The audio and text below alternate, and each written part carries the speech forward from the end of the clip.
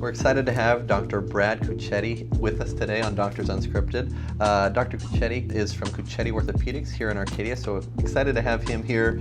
Phoenix, we love to have doctors from here in Arizona, so welcome to the show. Thank you, thank you. So first off, would love to hear a little bit about your background. I know you're a DO, studied in Kansas City, but walk us through kind of your background and how you got into this space. Well, I grew up in Colorado, and my dad was not a physician, but he was an accountant, and I knew I didn't want to do that.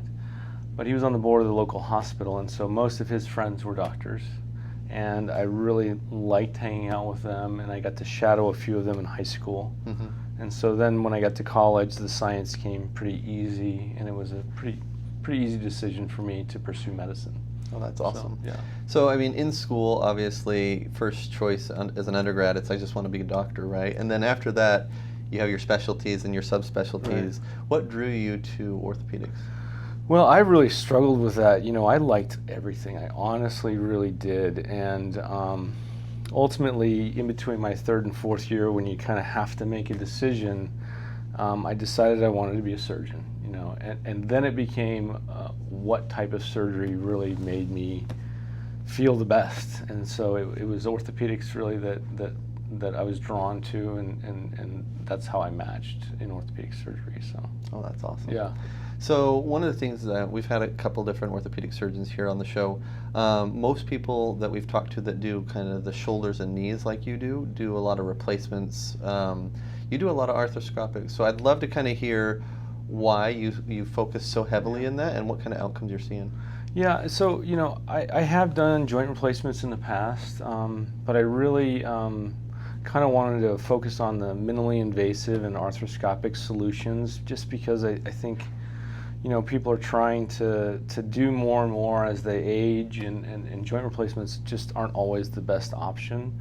And so I was able to, you know, kind of give up doing joints and try to really kind of make it just an arthroscopic practice. The benefit there is that, I'm not, saying, well, this didn't work and now it's time to go to a replacement. I'm really trying to exhaust all of those things. And when we do exhaust those things, I refer out to, some colleagues that do those surgeries. But it's made it kind of easier for me to really focus on those techniques. Yeah, I do feel that replacement surgery has come a long way and has gotten a lot better, but obviously if you don't need to replace something and you can keep your natural tissue, that's always going to be better. Yeah. And there's just no going back. Yeah, like once it's done, it's done. Right. So let's talk about that. For a lot of people, they may not know about all of the innovation that's happening in this space. I know for spine, we see a lot of innovation, more and more minimally invasive, which creates less chance of infection, lower downtime, less cost frequently. So minimally invasive as a trend is fantastic. Yeah. What are some of the most interesting minimally invasive or technological improvements that we've seen as it pertains to knees and shoulders? So for knees and shoulders, I think, really now the arthroscopic techniques have gotten so much better than they were, and they've changed. I really don't do anything the way I was taught to do it in residency. Because it's just advanced so far. It's just advanced that much. And so, nowadays all of our rotator cuffs are fixed arthroscopically. All of our labral repairs, all of the ACLs are done arthroscopically. And I do think that there is, a quicker recovery initially for a lot of those things. I think there's less pain, and I do think we do things a little bit more anatomically. And I think that all of those things together, coupled with a better understanding of the biology, has really improved the outcomes. So walk us back a little bit. Like if you're going to do a knee surgery arthroscopically now versus how you were trained in school, walk us through the actual differences of how one procedure would have gone versus how we're doing it now and why it makes such a difference. Sure. So, I think like when I was in training, we took out a lot of meniscal tissue, right? Because of tears. We really preserve a lot more than we used to, and that's one of the things that I think really has changed is this concept of a root repair, which tends to happen kind of in middle age. So break that down on the root repair. What is that? So the meniscus are these bearings, if you will, in the knee. And you have two of them on either side, and they're kind of C-shaped cartilages that disperse and transmit load. When you get a tear in those menisci, they can be very painful, they can get stuck, and it is a mechanical problem. in the old days when you tore the root, we just took out that tissue. Just go cut it out. And those people got arthritis very quickly. Mm-hmm. Now what we'll do is we'll pass suture across it and then anchor it to the bone, which really preserves that, you know, that normal mechanic of that joint, and really can save the knee for quite some time. So, you know, that's one example of, I think, you know, something that's really changed and really has, you know, I did a couple of them today, really, you know, I think those people are going to have a normal joint life. That's you know, fantastic. they're not going to have a knee replacement in a couple of years. So essentially what it used to be is if somebody was coming in and getting arthroscopic surgery, it was, okay, we're going to deal with the pain right now, but you're probably going to get arthritis, and that arthritis is going to lead to bone on bone, and that bone on bone is going to lead to a replacement. Yeah. Now you're saying you can do the surgery and actually preserve enough of the anatomy that they may not ever, it's not just a step towards a replacement, it's actually a replacement for And it. that's really what I think the root of all the arthroscopic procedures is just restoring the anatomy, not necessarily changing or replacing or removing things. And I do think that those techniques are continually getting better and better and better. You know, I think there are better techniques for articular cartilage. There are better fixation techniques for tendons and ligaments. And you know, it's amazing to me how the science continues to evolve. So speaking of the science evolving, you know, one of the biggest questions that we frequently get is around PRP, stem cells. I mean, it's hard to watch TikTok or a podcast without somebody talking about that. Yeah. But I think it's a really good question, and most people never talk to an orthopedic surgeon that specializes in this space. Can you talk about how have you seen, do they work? What are the cautions around that? Let's start with the first one. Have you seen that they can be really good for patients in your experience? Yes, I do think that platelet-rich plasma specifically has definitely carved out a useful space in kind of the sports medicine world. Agreed, yeah. Yeah. So we've seen that same thing of people that, you know, told they need a knee replacement, and then being able to do that and giving them a lot more useful life and improvements in quality of life, which is most important. So with that then, you know, what are there dangers with PRP? You know, I think there's always a danger when, you know, it's something that is invasive. There's still, you know, you still have to insert it into the body, and there's, you know, the risk of an infection and things like that. But as far as I'm concerned, there's so many fewer dangers involved with something like that than an actual surgical procedure. Absolutely. And, you know, as a surgeon, you know, I really do still believe that surgery needs to be the last option. And so it's fit into this nice space where I think it can be very helpful for some patients. You know, I think there is a cost issue, and I think that's one of the hardest things I have a difficult time discussing. Not covered by with people. insurance, the Not cash covered by procedure. insurance, and people are really looking for advice. You know, is it worth me spending the money on this? And I really treat that in kind of a case-by-case basis, because I do think PRP is really good for some things, and then for other things I just think it's not as helpful. Let's dive into that. What things do you believe that PRP is good for? So I think PRP is great for partial thickness tendon tears. Okay. I think it's good for partial thickness ligament tears. I do think it's great for muscle strains and musculotendinous injuries. There is some good data on some early articular cartilage wear, early arthritis at helping that.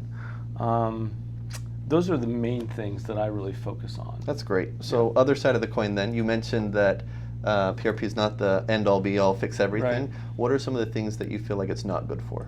So I don't think PRP is especially helpful with a full thickness retracted rotator cuff tear. I just think that There's got to be something there to heal. Yeah, there's got to be something there to heal. I think when people have a certain amount of arthritis, it's really not helpful. And I feel like we're just kind of wasting a little bit of money in some of those scenarios. Well, you know, two things that we've seen as well in that space is PRP really helps the body stimulate its natural healing process. Yeah. As we age, we don't heal as well. That's why our skin gets, you know, thinner, more translucent. You see that small wounds take a lot longer to heal. Well, when you're relying on the body's ability to heal and you're trying to facilitate that, we have also seen that as people get older, we see a little bit of a drop-off in the effectiveness in PRP. Not that it's not worth trying in some cases, and I want to be clear on that, but you know, somebody that's younger and healthy versus somebody that, you know, 50 years later, there is going to be a difference between those two outcomes on paper. I agree completely. And I think the same thing can be said with stem cells and some of the other kind of modalities in that cellular space that people are exploring. Yeah. Although I do think it's, one of the questions that people ask that's hard to answer, and I'd love to hear your thoughts on this, is people come in and say, is it going to work for me? And our answer is, well, we can't really answer that. Yeah. Like PRP in general and statistically, if we look at the research, it's pretty effective. Yes. But yes. as far as who's a good candidate, who's not, who it's Right. going to work for, who not, I haven't seen necessarily a really great definitive selection criteria for that. Yeah. I'm curious if you've seen anything on that, or even anecdotally, if you've seen stuff That's there. the struggle that I have too. I think that, I do see some patients that are younger that come in with partial thickness tears that it really jumps out to me that I really want to make sure I bring up in my discussion. I am very careful in kind of explaining that nothing is a guarantee. And I think I'm probably a little conservative with my PRP selection, just because, I don't really know that I want to spend people's money, kind of in a wasteful way. Absolutely. But, I do think that, that's just a long discussion that you really have to sit down and spend the time with patients to make sure they understand as best they can, because I think that ultimately they can make the right decision, Yeah, they need to make the decision for their own health, Yes, for sure. yes. And for their own finances. I Yes. mean, sometimes it's someone that really could benefit from it, Yes. but financially it's just not an option. Right. And I think that's one of the hardest Yeah. conversations to have, Yeah. because that there's a probably good chance that it could help them, but unfortunately we do live in, costs are real, Yep. right, associated Yeah. with this. Absolutely. So if we were going to try to make our own type of collection of evidence and say, who do we feel like this could be good for?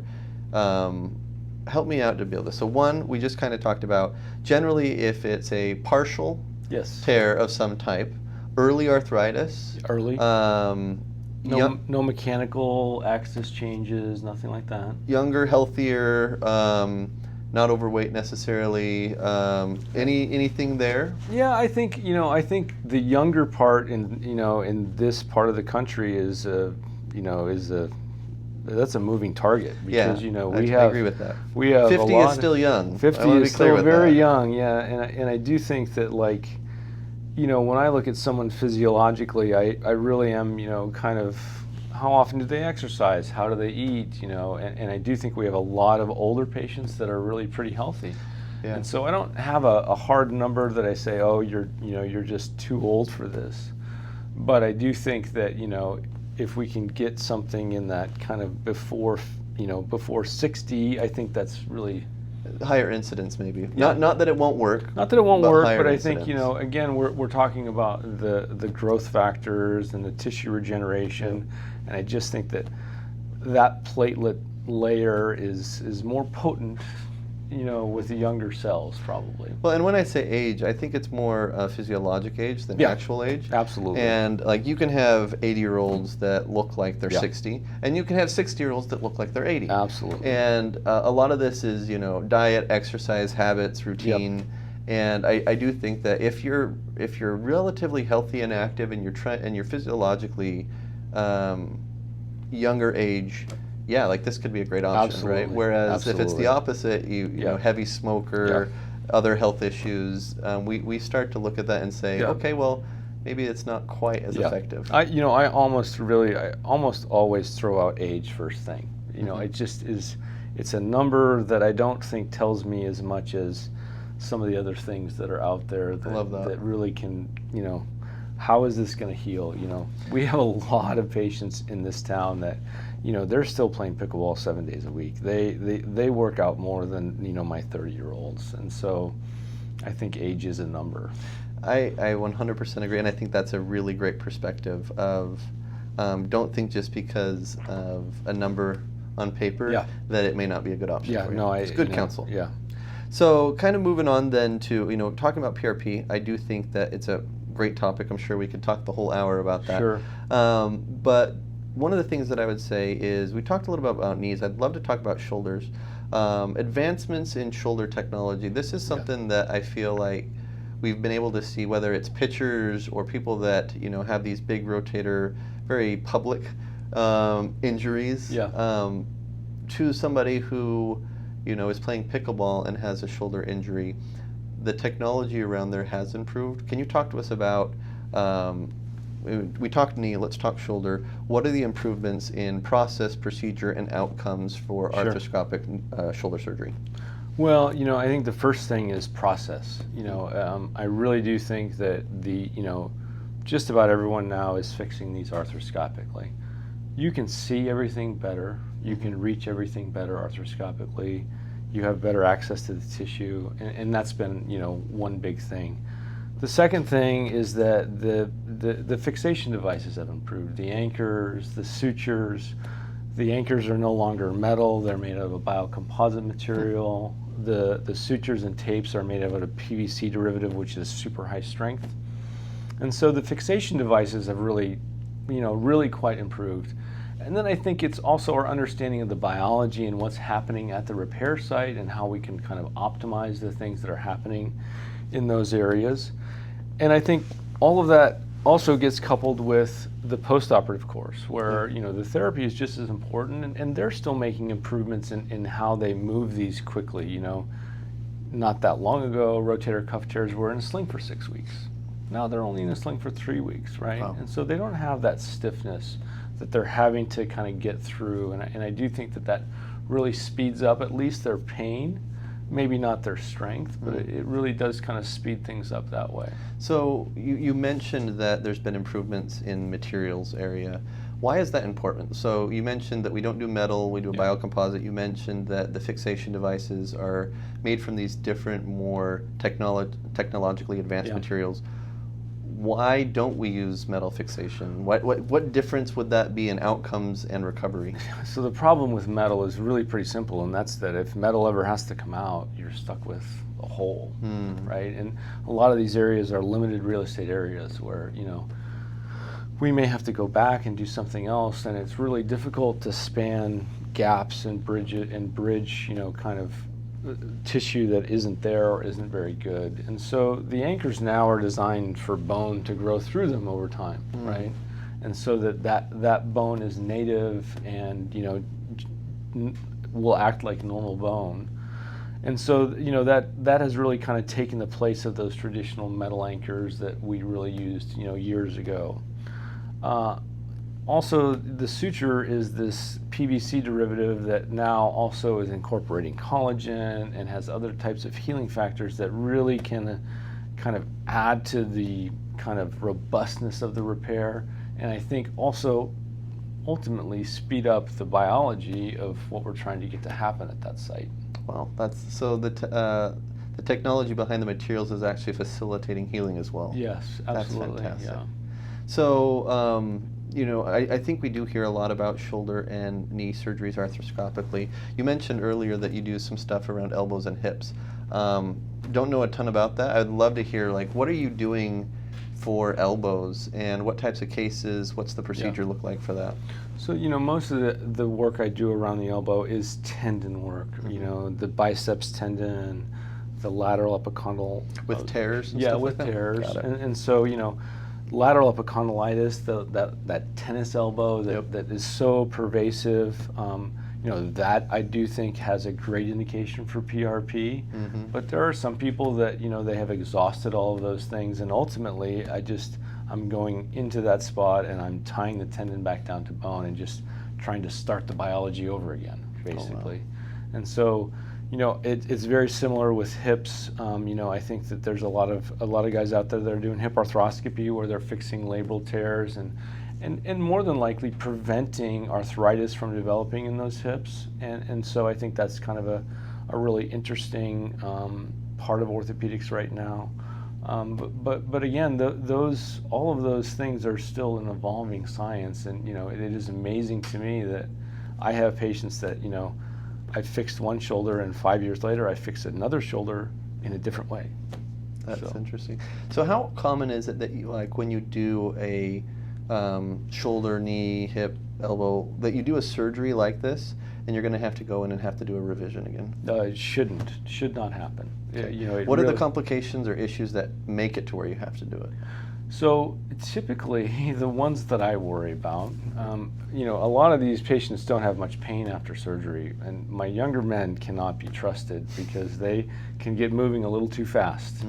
And so there is a risk in that kind of post-operative period where they start doing too much because they feel good, but the tendon hasn't healed yet or it's not strong enough. Push it too much. Right, and so that's the big one that I worry about. I do think that arthritis still progresses, as we age, and everybody a little bit, and so I do think that there are some things there that, we're still trying to slow that as much as we can, but that's also where we're trying to not change anatomy. Yeah. Those are the things that I guess, I think if that answers your question. Yeah, no, it absolutely does. I think one of the questions that we get asked a lot, I'd love to hear your thoughts on it. Patients come in and they ask the question, like, why do I have arthritis? Yeah. We see patients that may be younger, like they're like, I'm in my 40s or in my 50s and I have arthritis. Isn't this for people that are older than I am?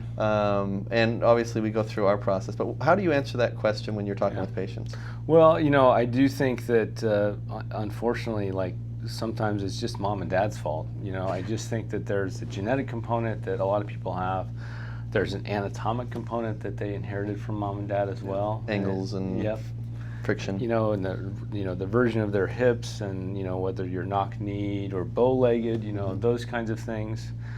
And then, I do think it's also comforting that I tell everyone that, if you live long enough, you're going to get arthritis, and you're going to get it everywhere, right? And so some people are just gifted it with, in their hips at an early age, or their shoulders, or their knees, or their hands, or their back. And it's, I think that at least, I don't really know that I believe that it's any of these people that, they were marathoners as kids and now, they're paying the price for it. I don't know that I believe any of that. I certainly think that there are men out there that have pushed their bodies a little too hard, and in the gym they push through some pain and things like that has been not great for them. But, other than that, I think that it's environmental things. So do you believe there's a wear and tear component? There is a little bit of a wear and tear component, especially if you're doing high some impact activities. type stuff. Yeah. I think it's really fascinating because I absolutely agree in the fact that there is a genetic component that's going to potentially predispose you to abnormal wear and tear, just angles of the hips and knees and how that happens. There's this really interesting almost paradox between the philosophies on arthritis. You'll have people that are really active and their joints look amazing. Yeah. Right? And you have really active and their joints look terrible. Yep. Right? And so they say, well, if it's wear and tear, why wouldn't it be consistent across everybody? And one of the things that we talk about a lot that I truly believe is if you look at how joints receive nutrients, right, it's an imbibing process, right? They're avascular, and so only through imbibition do we get the nutrients and nutrients in, metabolic waste out. And so in that setting, motion is life to joints. If joints don't move, they die. Right? That's where we see frozen shoulder. When they're in that sling and that just collapses down on it, that's what we're going to see. And so there is that whole thing, okay, if you're really active, that should be good for your joints. But then there's the contra philosophy of well, if you're really active, you're putting a ton of wear and tear, and don't be surprised in the long term. So I can understand why you'd say well, maybe it's not so simple of one philosophy. Well, and I see that a lot of the older male weightlifters that they love weightlifting and they don't want to give it up. And I don't think that they have to give it up, but they have to change the way that they do their workouts. Got to protect certain areas. I think we have to go from being the Olympic lifter and trying to lift as much to being more of a body sculptor. And, that's a discussion that I think is reasonable. I do think that the endurance athletes, they learn to change a little bit and you just can't muscle through. That's where I think people can get in trouble. So if you had to give general advice, and again, not medical advice, but just general advice for people that as they age and they're wanting to stay active, how do you do that in the healthiest way possible? Well, so, I kind of give people my 5 kind of workouts that I love. And the first one is the hardest one, and that's to get in the pool, right? And swimming is really good for you. After that, I think the bike is really easy. Okay, And I think yeah. you can definitely get your heart rate going. Not weight bearing, yep. Following that, I do think that you know, the kind of elliptical, those types of workouts are better than the treadmill. Yep. And then I think the hardest thing is still the Stairmaster. You know, that still seems to be kind of one of the most stressful things on people's joints that is hard. But that's kind of the way that I start. My big preach is flexibility. Yeah. You know, I just think that as we age, you know, and our musculotendinous units get shorter and tighter, we get prone to these little injuries and these little things. And so I do think that whatever it is that you like to do, you can still do, but you've got to figure out a way to build in a little bit more flexibility to it. And so that's kind of my advice right now. Yeah, I mean, again, it goes back to, I do believe that joint flexibility, range of motion is tied to joint health. Yeah. Right, and so if you lose that flexibility, Yeah. don't be surprised if you see the joint be unhealthy. And the flexibility goes fast. I think that we don't really talk about that in terms of the aging process, but you know, you hear people say all the time, you know, all of a sudden I'm getting up and I'm stiff, and I'm like, that is that process, right? That is your body telling you that you need more. Yep. And so I do think that the people that are good at incorporating flexibility seem to really stay away from me. Yeah, you don't want to see the orthopedic surgeon. Stay flexible, stay in the gym. So I love those 5 exercises that you gave, because I think that's something that everybody should be able to do. Yeah. I think the key is, I do believe that the more you can stay active, and when I say active, I don't mean the weightlifting and stuff like that, but keeping moving, Yes. the more healthy you're going to be through age. And it's not about how long you live, it's how long you can keep quality of life. And you know, the data says over and over again, really the only exercise we have to have is walking. Really, you know, we can get so much from just walking. There's a lot of stuff on Blue Zones with that, of people walking after meals and attributing that to part of the longevity of just, and it changes insulin, changes all sorts of stuff. But there was a really cool study that I saw. I'd love to hear your thoughts on this. It talked about one of the best biomarkers, or really things that they can do to predict how long someone will live, longevity, is actually the amount of skeletal muscles that they have. Have you heard this? I have, So why do you feel like that translate, and how does that translate for the general public into, why is that the case, and how does it translate? Well, I think that, if we really kind of look at the trends right now, it is all about muscle mass and lean muscle and getting protein in the diet. And I do think that the muscle goes along with, weight-bearing types of activities where, because the muscle's there, we know that we're moving joints, we know that we're kind of, getting the movements that we need. And so it makes sense to me that, if you look at someone's overall muscle mass, you can really have a good idea of what they're going to look like as they age, because I do think it's consistent, probably. Yeah. So I agree with that. I think it's really fascinating as we look at all these things for longevity. It's definitely a hot topic right now. People are wanting to live long. You guys, sauna. Yes, all of it. Cold plunging. Well, and like stem cells. that was one of the things. Like for a while there, it seems like everybody was counting their steps. And at first I thought it was a little bit annoying, but now I think what it has brought to their attention is just how much they can get by just keeping track of how much they're walking. Yeah, stay moving, stay active. Exactly. And I think that's maybe one of the forgotten things for people that are looking at longevity is, they cold plunge and they sauna and then they sit at a desk. Yeah. The whole day, 12 hours. Right. And then they get up and they're like, man, like I'm doing all these things, why don't I feel better? Yeah. Well, you're not moving. Right. Right? It's like if you really want to have that longevity and stay healthy, one of the most important things is get up and move. And it doesn't need to be, like you said, this huge thing. You don't need to go out and run a marathon. No. You don't need to go and power lift. Sometimes it's as easy as go on a walk. Get some flexibility, do some stretches. 15 minutes. Go on a walk and do some stretches. Even in Arizona, you can get out in the sun and get a little bit of vitamin D for a few minutes and then be back. And you did. By just walking, you got some flexibility. You got those joints moving. I do think that, that makes a lot of sense. Yeah. So, kind of shifting gears for a moment on this. What are some of the things where you feel that healthcare is really improving at a tremendous rate. We have things like AI, we have things with biopharma, we have things with different drug developments, like all of these different things. I feel like one of the things that patients look for is they're saying, okay, there's all this information and I hear this from this podcast and this on the news. Like, where do you feel like are some really positive trends in healthcare? Maybe we talked about one is counting steps, but like, where are some positive trends in healthcare and where are some things where you wish that they just stopped talking about it? So let's start with the positive first.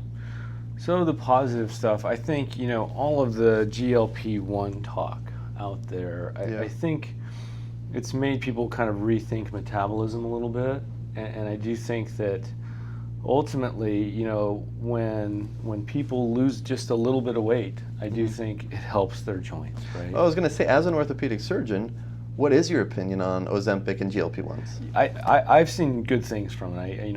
I don't know that I've seen any of the bad things, but I've seen patients, having lost 15 or 20 pounds, all of a sudden their knee pain's a little bit less. All of a sudden it's a little bit easier for them to get more exercise, and it just becomes this kind of positive reinforcement loop. And so for me, it's been a good thing. Now, I can't speak to some of the bad things that are out there. My wife is a family doctor, and she's been, the things that she has told me have been positive as well. Yeah. And so to me, I do think that the discussion behind it and the metabolism discussion has been positive for people, and also in the way that they approach their diet. Yeah, I think that there's been a lot of positives. When it comes to some of the negative things, especially along the conversation of what we're talking about, when you have weight loss, generally, especially for people that may be obese, you're going to see improvements in health at first, because you're going to see, generally speaking, you'll see better, insulin. You're going to see better cardiovascular. Like, there's a lot of health improvements that come with just decreasing weight.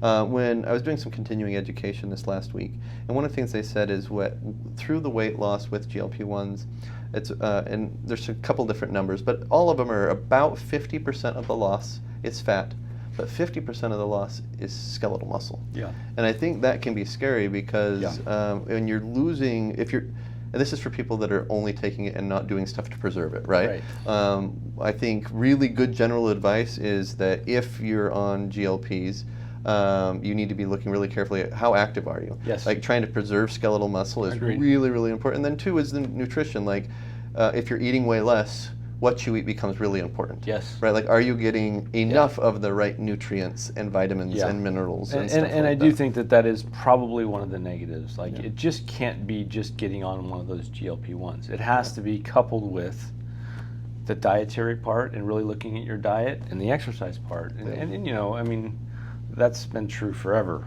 obviously. Yep. But I do think that it has given people at least a little boost, where I think seeing a positive result has led to kind of a bigger improvement. Yeah, I think that if nothing else, psychologically, there's also this big thing of like, there's people that have dieted and exercised and done everything and never been able to lose weight. Yeah. And then for the first time, they're able to see something go like, I tried everything, and this worked. And psychologically, if you feel like you've tried everything and then something works, it's like, oh, like maybe all of these things that I've just now accepted as true, well, maybe they're not true. Right. And I think that's really important. But I agree that one of the most important, like, yes, those are all important thoughts. Like, the psychological improvements, the recognition of what you eat is really important. The views on metabolism are really important.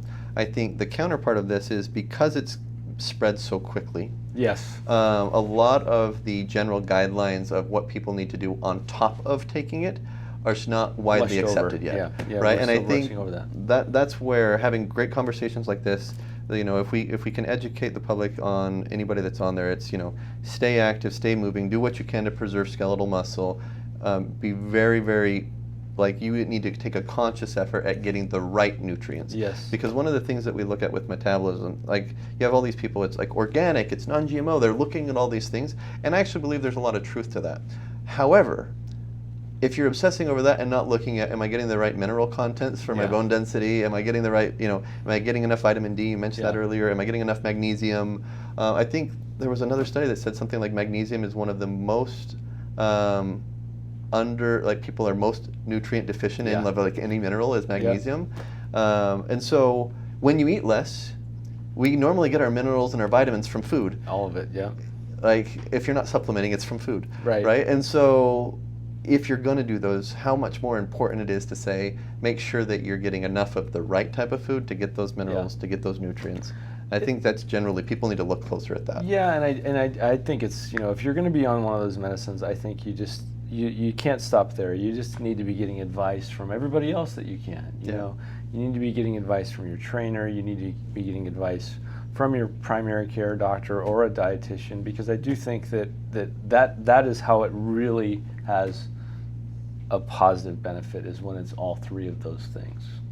So how often, as an orthopedic surgeon, is it that people losing weight will take away their knee pain? I think pretty frequently. I think even a modest weight loss, I think, can have a positive effect.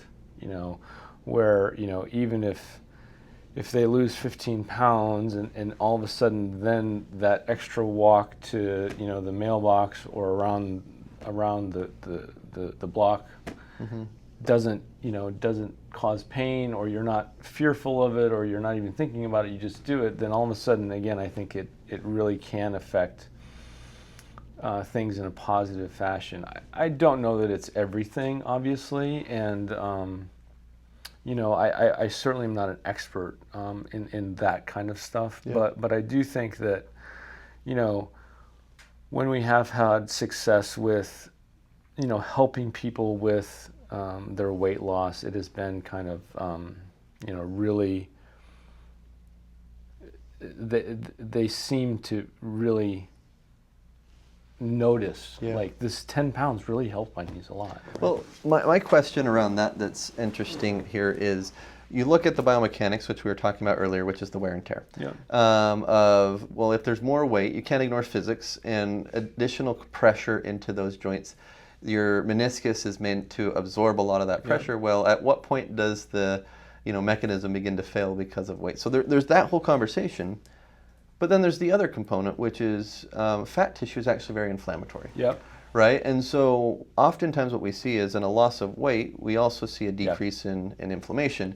So I don't know which one it necessarily causes, the decrease in pain. Either, But regardless, I do think that there's been countless times where I've seen people come in with back pain or knee pain that we've tried a lot of stuff on, and they came back and they're like, I feel amazing, and like they've lost weight, and you can tell, and it's like, how many times did losing some of that weight, whether it was the inflammation or just the physics, actually change someone's life to where they didn't have the achiness, they didn't have the pain, they didn't have the issues in their back or knees. And so just on that topic of the GLP-1s and everything, I do think that proper nutrition, exercise, it's funny because we come back to those basics over and over again of, in reality, if across the globe people paid more attention to their diet, what they eat, and the amount of movement and activity. It doesn't need to be big, as you said, it can just be a walk. But getting that activity and eating right can really make a lot of drugs obsolete, can make a lot of surgery obsolete, because it's just not going to be needed in the prevalence that we have today, just due to the fact that we don't treat ourselves very well. Right.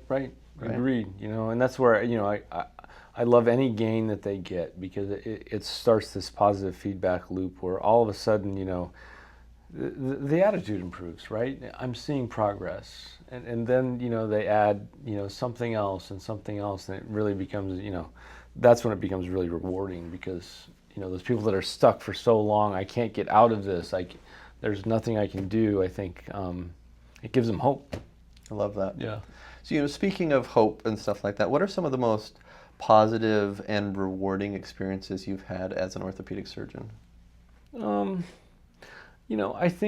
I think one of the things I really like about orthopedics is that we actually do get to fix things, and that is really kind of a rewarding thing, getting someone back to doing something that they love is really great, and that far and away is the most rewarding thing for me.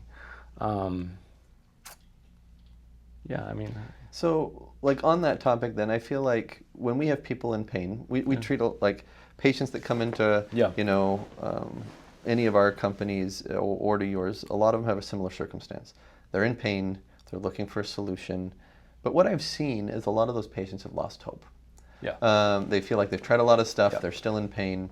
So to that patient that may be in pain and feels like there's no solution, when in reality, some of the services you offer could be a solution, what advice would you give them about like maintaining hope and being able to find the right solution? Yeah, I think that's just part of it. I think it's just getting started, right? Because, you know, I don't know that we don't fix everything right away. Yeah. But I think if we can start moving in the right direction and they start saying, well, this is getting better, it's not all the way better yet, you know, therapy helped or that injection helped.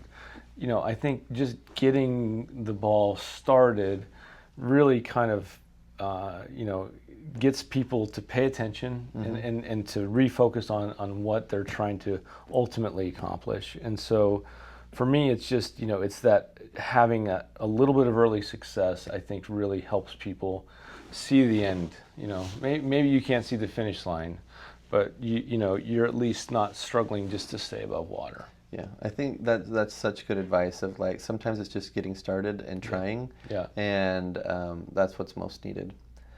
So for somebody that injures their knee or their shoulder or any other joint, at what point in time should they consider seeing an orthopedic surgeon? You know, I think that's different for different injuries. You know, I think certainly, you know, the guys that you know have a horrible accident on the ski slope and they can't get down, you know, they don't need to wait a few weeks. You know, I think most of the people that, you know, have a twisting injury at the gym, you know, they try to give it a week or two, and if they're still having swelling or pain, you know, I think that swelling and worsening pain are always two things that I go, well, that's not really, you know, that warrants looking into at least. And I also think that, like, you know, the other thing that drives people in is just kind of persistent pain that won't go away. You know, that shoulder pain that wakes you up at night, you know, that drives people into my office more than any other thing, right? It's the shoulder pain that wakes you up at night. That's probably the biggest complaint that I commonly get is that, and not necessarily, you know, this one thing happened or that one thing happened. So on that topic, for the patient that's listening that says, shoulder pain, it wakes me up at night, I have that. Yeah. What are, like, is there any commonality? Is there usually something in common that causes that? I don't know that there's usually something in common. I think it's usually they get to a point where they just wake up and they go, gosh dang it, you know, this shoulder pain's been here now for 2 months. I thought it would go away. It just hasn't gone away. So it could be a lot of different mechanisms of injury or different issues that need to be fixed. Yeah. It's just more of the fact that we get pain, and when we relax and when we're sleeping, if it's disrupting your activities of daily living, and it does so over time, you should probably get it checked out. Yes, absolutely. Well, and you know, the shoulder especially, I think people can tolerate a fair amount of pain during the day. Yeah. We don't walk on our shoulders, and so we can avoid using our shoulders, and so it just isn't always apparent. You know, it's positional, that kind of a thing. But you know, the pain at nighttime is just this thing that you know, that really, for whatever reason, that's when people go, I know something's wrong. You know, I can't sleep because of this. Okay. Well, shifting gears, and as we're kind of winding down here, I'd love to kind of ask you a little bit of a different question. As a doctor, were you ever given a piece of advice that really changed how you looked at the world or anything like that? Like, what's the best advice that you were given? You know, I don't know that I think of any one piece of advice. I think it was, you know, collectively just seeing the work ethic of my mentors that really kind of drove home kind of the drive and ambition I think that some people, you know, don't have. You know, I think that just seeing how hard people work really kind of hit home for me, because I just think that a lot of things in life are just about putting in the work. Yeah, I love that. Yeah. I believe that frequently we underestimate the amount of work it takes to get something done. Yeah. But I feel like also we underestimate how much work consistently done over time, how far it will actually take us. Yeah. And I think that your point's very valid in the fact that in life, you're not going to get far unless you're willing to put in the work. Yeah. And oftentimes, it's not just about doing work once and being like, well, I didn't get there. Yeah. It's actually being able to say, I'm going to consistently work, and I might not see the results of it right now, Right. but if I do this consistently over time, I will get there. Right. And that confidence of putting in the work and not seeing the results, but knowing that eventually you will, Yeah. I do think like you can move mountains that Yeah, way. I agree. Cool. So last question then for today. It's a little Sure. bit of a different one. Okay. Okay. If you weren't going to be an orthopedic surgeon, that was off the table. You can't be a doc. Yeah, can't be a doc. What would you have been?